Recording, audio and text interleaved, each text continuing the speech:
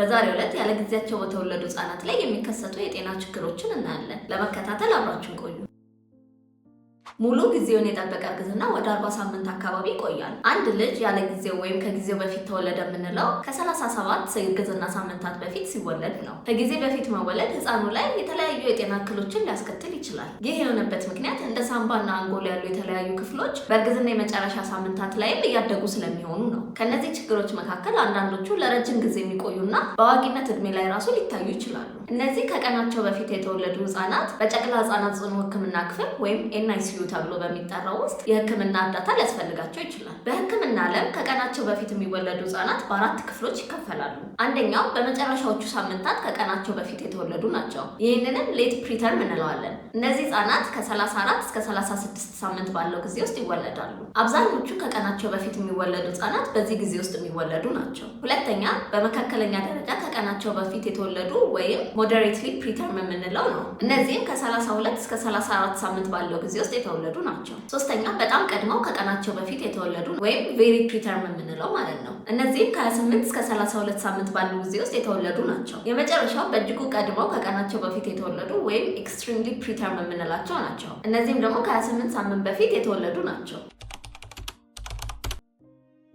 አንዳንዴ ያለ ጊዜው መወለድ ያለምንም አበይት ምክንያት ሊከሰት ይችላል። አንዳንዴ ደግሞ የህክምና ባለሙያዎች በተለያዩ የህክምና ምክንያቶች ሳቢያ ምጥ ቀድሞ እንዲጀምር ሊያደርጉ ይችላሉ። በተጨማሪም ሴቶች በሚከተሉት ምክንያቶች ሳቢያ ወደ ምጥ ቀድሞ ሊገቡ ይችላሉ። እንደ ስኳር ወይም የልብ ህመም ያሉ ስር የሰደዱ የጤና ችግሮች ካሉ፣ እንደ እንግዴ ልጅ ቀድሞ መላቀቅና የማህጸን በር የሚጋርድ የእንግዴ ልጅ መኖር፣ በእርግዝና ጊዜ የደም ግፊት መኖር፣ መንታ ወይም ከዛ በላይ ጽንስ መጸነስ። 60% የሚሆኑ መንታና ከዛ በላይ የሆኑ ህጻናት ከቀናቸው በፊት ይወለዳሉ።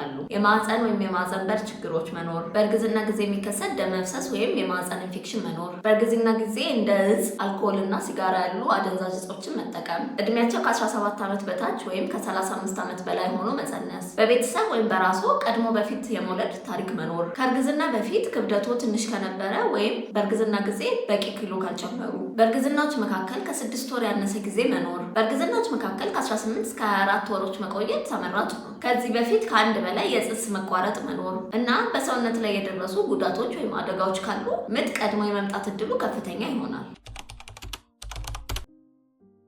ከዚህ በፊት እንዳየነው ከቀናቸው በፊት የተወለዱ ህጻናት ሰውነት ሙሉ በሙሉ ለማደግ ጊዜ አያገኙም። ይህም ማለት የተወሰኑ የሰውነት ክፍሎችና ስርዓቶች ከማህፀን ውጭ ላለ ህይወት ህፃኑን ለመደገፍ ዝግጁ ላይሆኑ ይችላሉ። ከሚከሰቱት ችግሮች መካከል አንደኛው በአንጎል ላይ የሚከሰተው ችግር ነው። ከቀኑ በፊት መወለድ ህፃኑ ላይ የረጅም ጊዜ የአንጎልና የእድገት እክሎችን ሊያስከትል ይችላል። ስለዚህም አካላዊ እድገት ላይ፣ ማህበራዊ ግንኙነት ላይ እና ራስን የመንከባከብ ችሎታ ላይ ተጽዕኖ ሊያሳድር ይችላል። ከቀን በፊት መወለድ ጋር ተያይዞ ለረጅም ጊዜ የሚቆዩ የአንጎል እክሎች መካከል የሚከተሉት ይጠቀሳሉ። አንደኛው ሴሬብራል ፓልሲ ነው። ይህ ጡንቻዎችን የሚቆጣጠሩትን የአንጎል ክፍሎች የሚጎዱ የእክሎች ስብስብ ነው። ይህም በእንቅስቃሴ፣ በአካላዊ አቋም ወይም ቀጥ ብሎ በመቆም ላይ እና በሚዛን አጠባበቅ ላይ ችግር ሊፈጥር ይችላል። ሁለተኛ የባህሪ ችግሮች ሊያመጣ ይችላል። ጥናቶች እንደሚያሳዩት ከቀናቸው በፊት የተወለዱ ህጻናት በሰዓታቸው ከተወለዱ ህጻናት ይልቅ ትኩረት ማጣትና ባህሪ የመቆጣጠር ችግር ወይም ADHD የመጋለጥ እድላቸው ከፍተኛ ሊሆን ይችላል። ሶስተኛ የአእምሮ ጤና ወይም ሜንታል ሄልዝ ችግሮች ከቀናቸው በፊት የተወለዱ ህጻናት በኋላኛው የዕድሜ ዘመናቸው ላይ ለጭንቀት ወይም ለድባቴ የመጋለጥ እድላቸው ከፍተኛ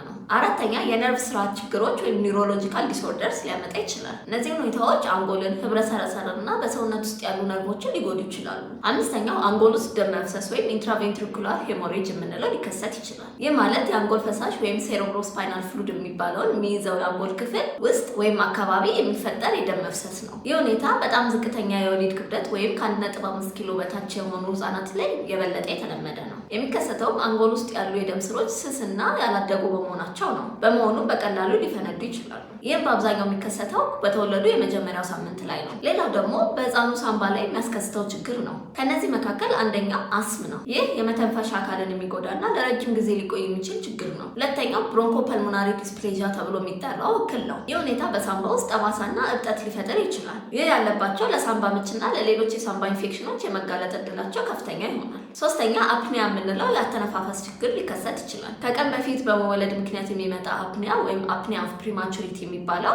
ጊዜያዊ የመተንፈስ መቋረጥ ማለትም ከ20 ሰከንድ በላይ የሚቆይ የመተንፈስ ችግር ሲኖር ነው። ከዚህ ጋር በተያያዘ አብዛኛውን ጊዜ የልብ ምት መቀነስና በደም ውስጥ ያለው ኦክሲጅን መጠን መቀነስም ሊያጋጥም ይችላል። በመጨረሻም ሪስፓራቶሪ ዲስትረስ ሲንድሮም የምንለው በጨቅላ ህጻናት ላይ የሚከሰት እክል ነው። ይህ ከህጻናት ሳንባ አለመብሰል ጋር የተያያዘ ችግር ነው። ይህም የህጻናት ሳንባን አብዛኛውን ጊዜ ተነፍቶ እንዲቆይ የሚያደርገው ሰርፋክታንት የሚባለው ፈሳሽ ሲያጥር ነው። ከአንጎል እና ከሳንባ ውጪም ያለ ጊዜው መወለድ በተለያዩ የሰውነት አካሎች ላይ ችግር ሊያመጣ ይችላል። ለምሳሌ በልብ ላይ ፓተንት ዳክተስ አርተሪዮሲስ የሚባል የልብ ችግር እና ዝቅተኛ የደም ግፊት ያስከትላል። ፓተንት ዳክተስ አርተሪዮሲስ የምንለው በሁለት አስፈላጊ የደም ስሮች መካከል ያለ ክፍተት ነው። ይህም ክፍተት አብዛኛውን ጊዜ በራሱ ይዘጋል። ያለ ጊዜያቸው የተወለዱ ህጻናት ላይ ግን ይህ ክፍተት ሳይዘጋ ሊወለዱ ይችላሉ። ይህም የልብ ድካም ወይም ሀርት ፌሊየር ሊያመጣ ይችላል። ጥርስ ላይ ደግሞ የጥርስ እድገታቸው ሊዘገይ ይችላል። በተጨማሪም የጥርስ ቀለማቸው ሊቀየር ወይም ጥርሳቸው ተጣመው ሊያድጉ ይችላሉ። ጆሯቸው ላይ ደግሞ ለመስማት ችግር የመጋለጥ እድላቸው ከፍተኛ ነው። የበሽታ መከላከል ስርዓታቸውም ስላልዳበረ በሽታ አምጪ ተህዋሲያንን መዋጋት ያቅታቸዋል። ይህም ማለት በቀላሉ ለኢንፌክሽን ሊጋለጡ ይችላሉ።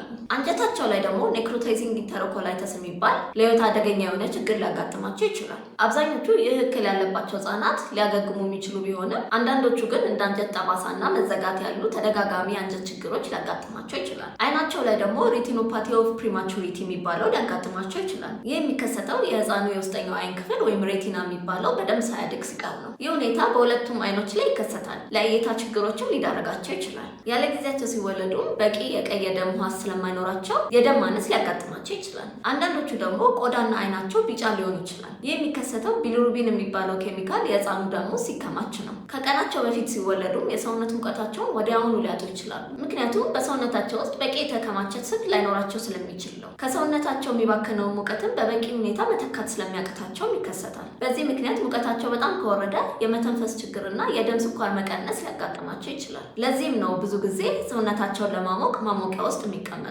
በዚህ ዙሪያ ጥያቄ ካለዎት ኮሜንት ሴክሽን ላይ ያስቀምጡልን። የዊኬር የስልክ መተግበሪያን በመጠቀም የህፃናት ሐኪሞችን ማማከር ይችላሉ።